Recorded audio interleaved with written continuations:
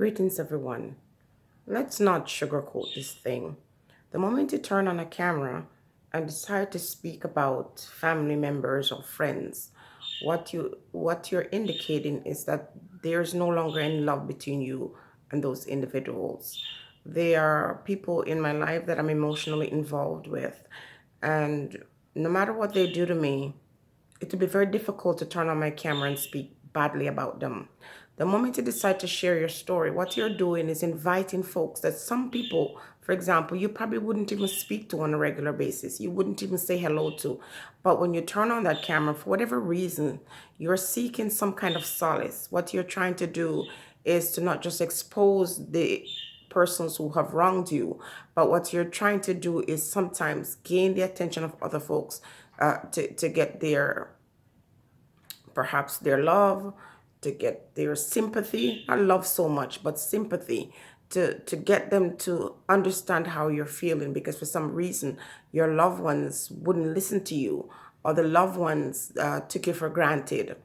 Now, I'm not saying it's right or wrong because I have used my platform to vent and my platform to share my story. And so I don't want to condemn anybody who does it. All I want to say to folks, though, especially family members who have intention of rekindling their relationship with individuals that they talk about, remember when you come out here and you reveal your truth to people, please understand the ones you speak about have every right not to trust you.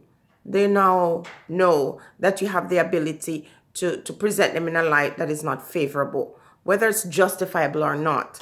So, to individuals who sometimes need to vent and they turn on their camera and they decide to go to the World Wide Web and share their story, whether your story is shared because you want others who are going through the same thing to feel like they're not alone, or you're doing it to expose folks out of malice, it doesn't really matter.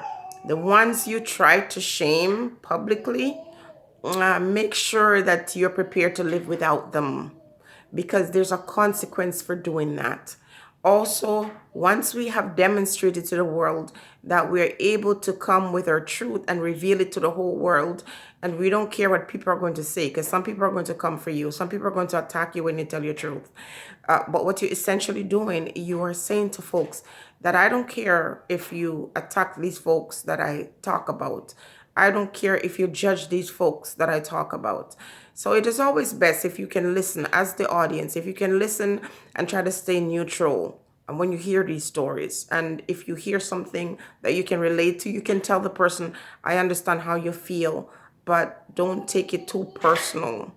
When I hear conflict in families, even though I've had conflict in my own family, I tend to stay neutral, try to be a mediator, try to ask them or lead them in a direction to try to resolve it if they can. I don't force my opinion on them to say, yes, you must, and it is righteous for you to do so because sometimes people are hurt, and it's best they go their separate ways. Having said that, what I want to say is every time there's conflict in family, what happens is there's a tear or a hole in the fence. And when individuals see that hole in the fence, what they're going to do is draw closer because, dragons in the world like to see this opportunity or this space to enter. It's like that, that demon that you have to invite into your household, that vampire that you have to invite in. They won't come in unless you invite them. And so these troubles in the family unit, when they're exposed, those dragons, those vampires see it as an opportunity to enter.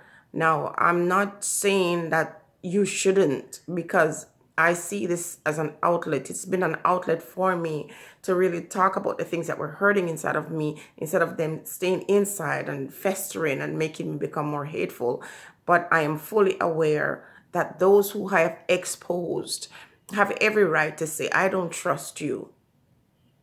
If I hadn't gotten a chance to think about it for years, by the time I told the story about what happened with my father and my house, it was many years after it happened. I had time to think about it and to evaluate if I wanted to invite people into that story. Families are torn. Black families on a whole suffer a lot because of all kinds of things, emotional and psychological and, you know, economical and all the spiritual things you can think of that separate people. And it's very sad, it's unfortunate. And when you have to come out to talk to stranger, oftentimes that pain is burning inside and you feel like you need to let it out. The internet is not always the best place if you want to find healing in terms of bringing the family together. But if you're looking for personal healing and you've already decided that I've already worked things out in my mind that me and these individuals cannot reconcile, then you go here and do it. Just understand also from the moment you bring your private personal story to the internet, it is no longer your private story. It becomes a political thing. It becomes a social thing. And anyone saying anything have every right to do that. They didn't come into your house with a camera and open your door or your window and peek in and expose your fights with your family member. You did. You chose to do that.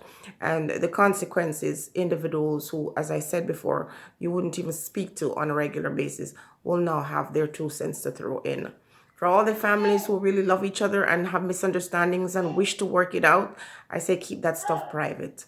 But when you go public, understand that that might be the end of that relationship. And if the person being exposed, justifiable or not, choose to look at you and say, I will never trust you again, they now see that you have the ability to draw other folks into your situation, and as a result sentence them that to what do you call